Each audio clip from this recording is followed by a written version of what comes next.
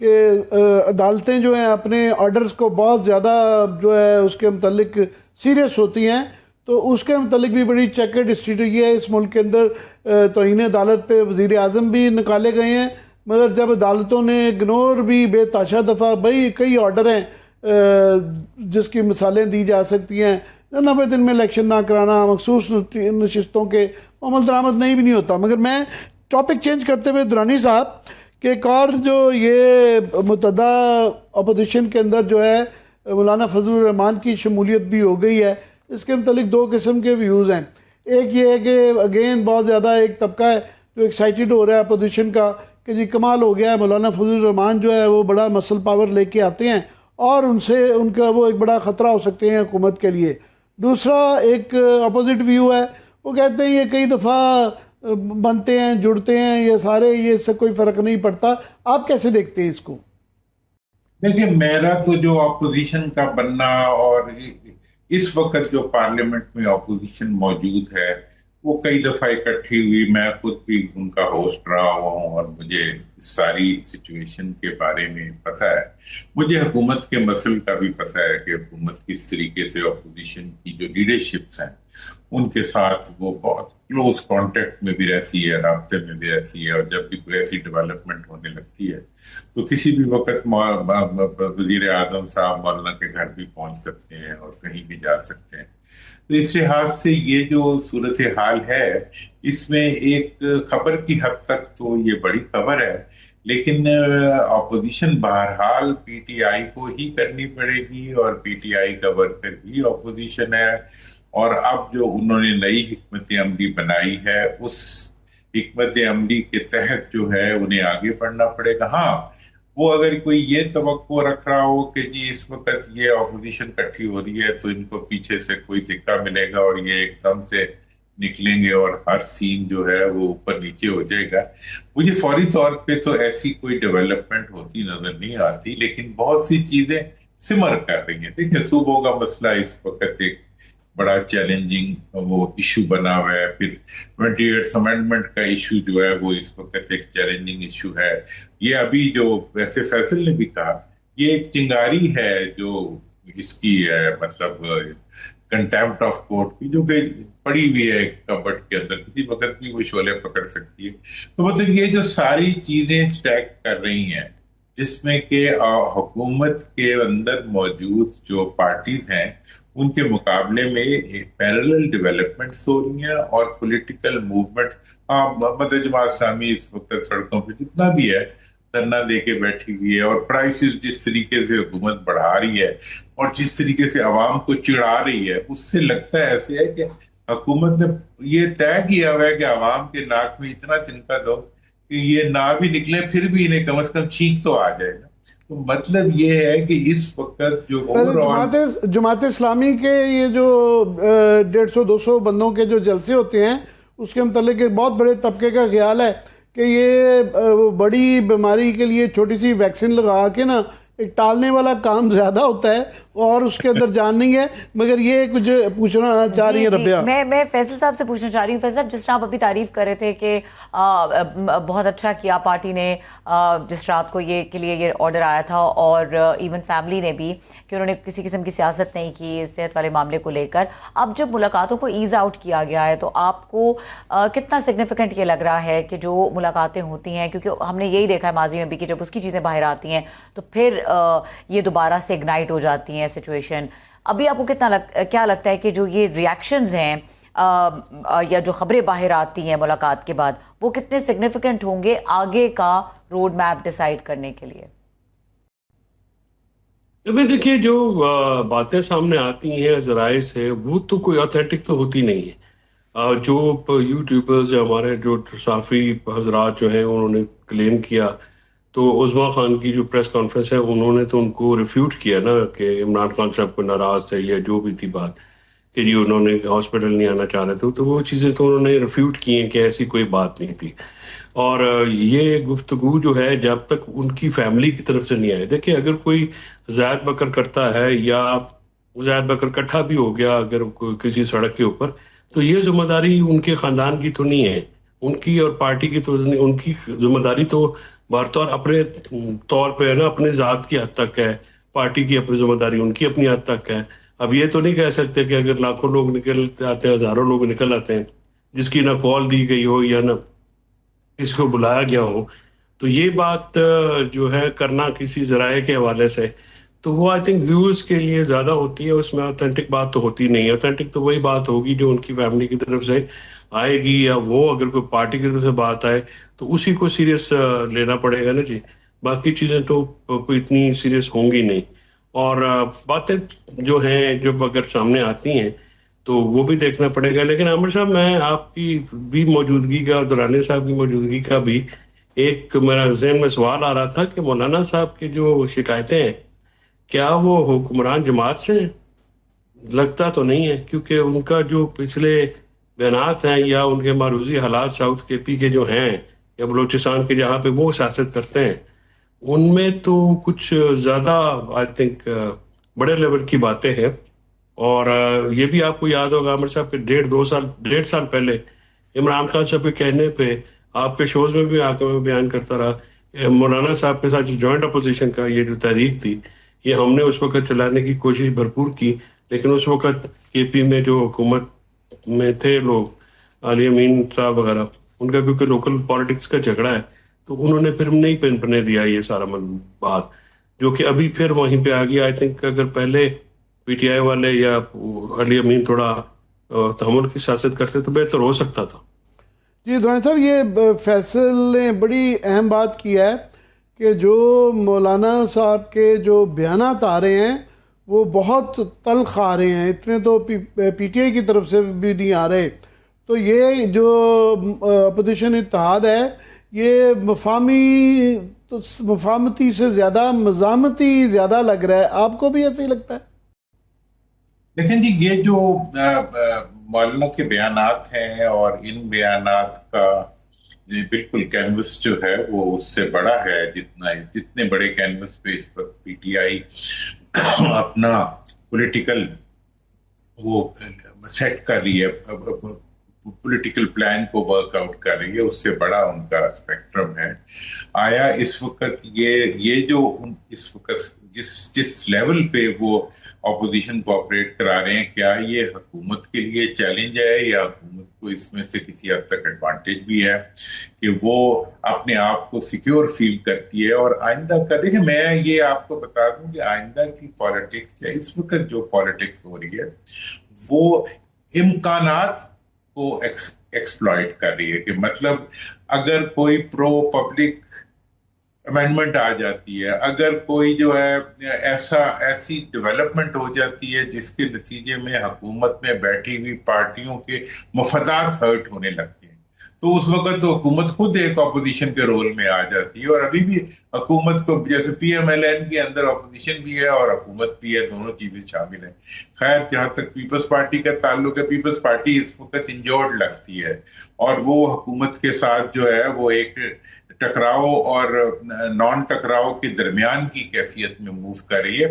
یہ ساری چیزیں جو ہے نا, یہ آج آپ تھوڑے سے مایوس لگ رہے ہیں, لیکن میں پولیٹیکلی جو ہے میں یہ سمجھتا ہوں کہ حکومت اس وقت جو ہے وہ اس کے لیے چیلنجز بننے کا سلسلہ شروع ہوا ہے. اور سیاسی عمل میں آپ بھی بچپن سے دیکھ رہے ہیں ڈیولپمنٹس اسی طرح ہوا کرتی ہیں, اور جب تک کمپلیٹ ایک وقت ہوتا ہے کہ ایسا مطلب پورے کا پورا جو وہ ہوتا ہے دیوار بنی ہوتی ہے سیمنٹ کی, پھر اس میں کریک ڈیولپ ہوتا ہے, پھر 2 کریکس ہوتے ہیں, پھر اگلے مفادات کے ٹکراؤ آتے ہیں. تو اس وقت حکومت کے لیے چیلنجز, پیپلز پارٹی کے لیے چیلنجز, حکومت کے لیے چیلنجز ہیں. اسی طریقے سے باقی میں بالکل بھی مایوس نہیں ہوں, میں صرف حالات جو ہیں اس کا تذکرہ کر رہا ہوں. یہ ہیں مایوسی جو ہے نا میرے بھائی چھوٹے بھائی فیصل چودھری صاحب کی طرف نظر آ رہی ہے, بڑے ہی سبڈیوڈ ہے. اب شکر ہے کوئی میٹھی گولی بھی کھائی ہے,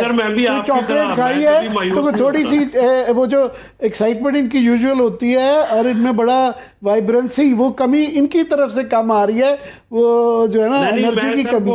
اس کی وجہ یہ نہیں ہے جو آپ سمجھ رہے ہیں. میں بڑا صبح ارلی مارننگ رائزر ہوں,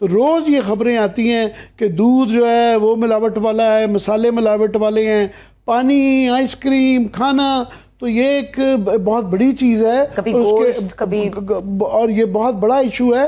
اتنا ہم میڈیا پہ ہمارا بھی قصور ہے، اس کے اوپر اتنا فوکس نہیں کرتے جتنا کرنا چاہیے. جی بالکل.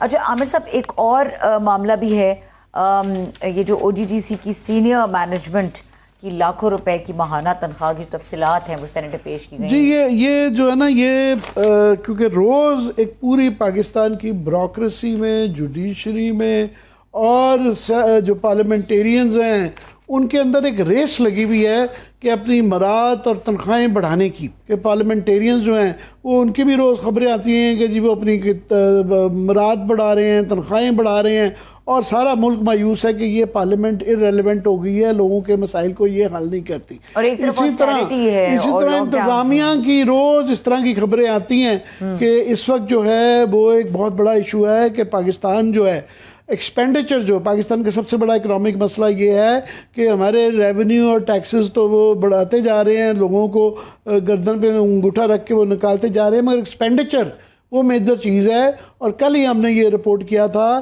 کہ 93% پاکستان کا جو بجٹ ہے وہ کرنٹ ایکسپینڈیچر پہ جا رہا ہے. خرچہ جو ہے تو اس کے پیچھے بات 93% جب بجٹ کا خرچے کے اوپر جا رہا ہے، اور پھر للے تلے ہوتے ہیں، گاڑیاں خریدی جاتی ہیں اور وہ اس کی کوئی انتہا ہی نہیں ہوتی، تو وہ پھر باقی چیز کے لیے تو کوئی چیز بچتی نہیں ہے. پھر تعلیم، صحت، باقی چیزیں، ڈیولپمنٹ جو ہے اس کے لیے پیسے ہی نہیں بچتا. اور یہ اسی سے سلسلے میں یہ او جی ڈی سی کے سینئر مینجمنٹ کی تنخواہوں کی تفصیل ہے، یہ ذرا آپ پڑھ دیں. جی او جی ڈی سی کی جو ایم ڈی ہیں ان کی بنیادی تنخواہ بیسک سیلری جو ہے 55,64,000 روپے ماہانہ ہے. پھر او جی ڈی سی کے ایم ڈی احمد لاکھ کی جو بنیادی تنخواہ چاہیے، چیف فائنینشیل آفیسر جو ہے محمد انس فاروق، ان کی تنخواہ 28,37,000 روپے ہے. ایگزیکٹو ڈائریکٹر عامر سلیم کی تنخواہ 22 لاکھ روپے کا ہونے کا انکشاف ہے. اچھا جی، پھر executive director H R Shahzad Safdar, executive director services Zia Salahuddin, ان کی جو تنخواہ ہے وہ 18 لاکھ روپے ہے. ایگزیکٹو ڈائریکٹر عاطف غفور مرزا بھی 18 لاکھ روپے. اب یہ عامر صاحب وی آر ٹاک اباؤٹ جہاں پہ 8,500 ایک بڑا فیمس فگر دیا گیا کہ یہ کمانے والے غریب ہوتے. 55 لاکھ روپے ماہانہ جو ہے نا یہ تنخواہ ہے، یہ ماہانہ ان کی جو ہے تنخواہ ہے، یہ پرکس اینڈ پریولیجز ان کے. اور پاکستان کا جو ہے انسان پوچھتا ہے کہ سب سے بڑا جو اس وقت مسئلہ ہے وہ تو ہمارا انرجی کا مسئلہ ہے. اور چیف فائنینشیل آفیسر جو ہیں ان کے وہ 28 لاکھ روپے 28 ہے. اور ان کی پرفارمنس دیکھ لیں کہ پچھلے پاکستان نے یہ ایکسپلوریشن کے اندر، یا او جی ڈی سی ٹھیک ہے وہ پیپرز کے اوپر جو ہے کئی دفعہ ریلیٹیو ٹرمز میں وہ پروفٹ شو کرتے ہیں، مگر ان کی کیا پرفارمنس رہی ہے کہ پاکستان جو یہ ہمارا جو تیل اور گیس کے ذخائر ہیں اس کے اندر جو ہے وہ سوئی کی گیس جو ہے وہ تقریباً ختم ہو گئی بھی ہے. بڑی اکا دکا ہوتی ہے. پرفارمنس دیکھیں تو اس کی وہ رپورٹنگ اور اس کو اگر کمپیریزن کریں ان کے پرکس اینڈ پریولیجز اور تنخواہیں تو پھر اور زیادہ تکلیف دہ ہو جاتی ہے. اسی طرح ایک اور جو اگر آپ وقت دیں اس کے لیے، جی یہ جو مراعات یافتہ طبقہ ہے، یہ جو ڈالر والی پینشن والی بات، یہ میرے لیے تو بڑی خوفناک ہے کہ پاکستان کا ایک بڑا مسئلہ رہتا ہے کہ ہمارا جو فارن ایکسچینج کا مسئلہ رہتا ہے کہ ہمارے پاس جو ہے کرنٹ اکاؤنٹ ڈیفیسٹ جو ہے کہ وہ ڈالروں کے اندر جو پیمنٹ کرنی ہوتی ہے وہ نہیں رہتی، اور قرضہ جو ہے ہمیں دینا ہوتا ہے تو آپ بڑا کنٹرول رکھا ہوتا ہے. اور گورنمنٹ جو ہے وہ آن ریکارڈ ہے، اسٹیٹ بینک بتاتا رہتا ہے کہ مارکیٹ سے جی $8 بلین کے قریب یہ جو ہے نا ڈالر کو سٹیبلائز رکھنے کے لیے یا کنٹرول ریٹ رکھنے کے لیے یہ مارکیٹ سے خریدتے ہیں. آپ کو اور مجھے اگر کسی کے بچے فار ایگزامپل باہر پڑھتے ہیں، تعلیم کے لیے بھی پیسے بھجوانے ہوں تو اتنا لمبا پروسیجر کر دیا ہوا ہے کہ جی اکثر جو ہے کئی دفعہ جی مارکیٹ سے خریدیں، اسٹیٹ بینک سے اجازت لیں، پھر وہ کتنا بڑا مشکل کام ہو گیا ہوا ہے. یہ خبر ہے کہ 33 اعلیٰ ریٹائرڈ افسران جو کہ بیرون ملک جا چکے ہوئے ہیں ان کو جو پینشن ہے وہ فارن کرنسی کے اندر دی جا رہی ہے. بھئی وہ پاکستان کے ملازم رہے ہوئے ہیں، آپ کے پاس فارن کرنسی ڈالرز کی خاص طور پہ وہ کمی رہتی ہے. اور یہ اماؤنٹ جو ہے یہ تقریباً کتنی ہے اس کی ذرا بتائیں تفصیل. 34 کروڑ روپیہ بنتا ہے. 34 کروڑ روپیہ یہ ریٹائرڈ ملازمین ہیں اور یہ ملک سے باہر جا چکے ہوئے ہیں، اور وہ ان کو آپ جب پینشن فارن ایکسچینج میں دیے جا رہے ہیں. یہ سینٹ کی کمیٹی کے اندر یہ تفصیلات آئی ہیں تو پڑھ کے انسان کے اوپر کافی سوال اٹھ جاتے ہیں. اور ساتھ میں یہ بھی غور کریں کہ باقی جو پاکستان کے اندر سرکاری ملازم ہیں ان کی پینشن جو ہے وہ اس طریقے سے نہیں بڑھتی کیونکہ ڈی ویلیو ہوتی رہتی ہے ہماری رقم. تو ان کو پتہ نہیں, یہ میں تفصیل میں جاننا چاہتا تھا کب سے مل رہی ہے. فار ایگزامپل ڈالر جو ہے پچھلے چند سالوں کے اندر جو ہے اس کی جو ہے ویلیو ڈبل ہوئی ہے تو ان کی پینشن بھی ڈبل ہو رہی ہے. بھائی پاکستان سے یہ نوکری کرتے رہے ہیں, ان کو پاکستان میں دینی چاہیے. تو ان کو یہ تو نہیں سمجھ آتی کہ 34 کروڑ روپیہ آپ ان کو کرنسی کے اندر دیتا ہے, یعنی کہ پاکستان پورا سفر کر رہا ہے کہ ڈالر کی جو فلکچویشن کے اندر وہ ہے. تو یہ بیوروکریٹس ہیں, خود اپنے اصول بنانے ہوتے ہیں, ان کے لیے ہر چیز اجازت ہے. جی عامر صاحب, اب آپ کے پاس جی دوسرا ایک کوکری میں جو 2-3 منٹ رہ گئے, میں ایک اور بات کر دوں کہ یہ جو میں نے تصویر پیش کی کہ پاکستان کا جو کرنٹ ایکسپینڈیچر جو ہے یہ 93% بجٹ کا اور آپ کے جی ڈی پی کا 16% جو ہے یہ بن چکا ہوا ہے. اور اس کے بعد جو ہے روز ہم یہ خبریں پڑھتے ہیں کہ جو پرائم منسٹر ہاؤس کا خرچہ, پریزیڈنٹ ہاؤس کا خرچہ اور بیوروکریٹس کا نئی کاریں آ رہی ہیں. اور کل ہم نے یہ خبر بھی دی کہ صرف بیوروکریٹس کا جو گاڑیوں کا الاؤنس ہے فیول کا وہ کوئی کل 22 ارب روپے کا اضافہ ہو گیا ہے. یہاں پہ ایک مونیٹائزیشن کی ایک پالیسی بنائی گئی کہ بجائے اس کے کہ ان کو یہ جو ہے کار دی جائے اور اس کا فیول دیا جائے تو ان کو اس کے بجائے الاؤنس مونیٹائز کر دو کہ بھائی یہ سرکاری گاڑی کے جو آپ استعمال کرتے ہیں اس کے فیول اور مینٹیننس کے اوپر بڑا خرچہ آتا ہے, اب ہمارے سے پیسے لیے جائیں. اب انہوں نے وہ پیسے بھی لے لیے. اس کے بعد پھر اب وہ جو فیول کا استعمال ہے سرکاری اس کے لیے بھی اور پرائیویٹ لیے بھی مس یوز ہو رہا ہے, اس کے جو اضافہ ہے 22 بلین روپیہ اس کا فیول کا ہے, یہ بڑا خوفناک ہے. اور یہ اوورال ایکسپینڈیچر میں بات کر چکا ہوا ہے. آج یہ لیٹسٹ تفصیل آئی ہے صوبوں کی کہ صوبائی حکومتوں کے اخراجات بھی جو ہیں وہ 8,627 ارب روپے تک پہنچ گئے ہیں کہ وفاقی قرض کی جو ادائیگی نکال کر خدماتی جو اخراجات ہیں, سروسز کے جو ایکسپینڈیچر ہے وہ صوبوں کا وہ 53% سے تجاوز کر گیا ہوا ہے. تو سرکار کا خرچہ چاہے وفاق ہو چاہے صوبے ہوں, لوگ بھوکوں مر رہے ہیں مگر ان کے جو خرچے مراد تنخواہیں وہ بڑھتی جا رہی ہیں. تو یہ ایک معاملات ہے جس کی تو اتنا فوکس نہیں کرتے. جی بالکل, یہی بنیادی وہ ڈسبیلنس ہے جس کی وجہ سے پاکستان اس وقت سفر کر رہا ہے. اسی نوٹ پہ پروگرام کو ختم کریں گے. دیکھنے کے لیے شکریہ, اجازت دیجیے, اللہ حافظ.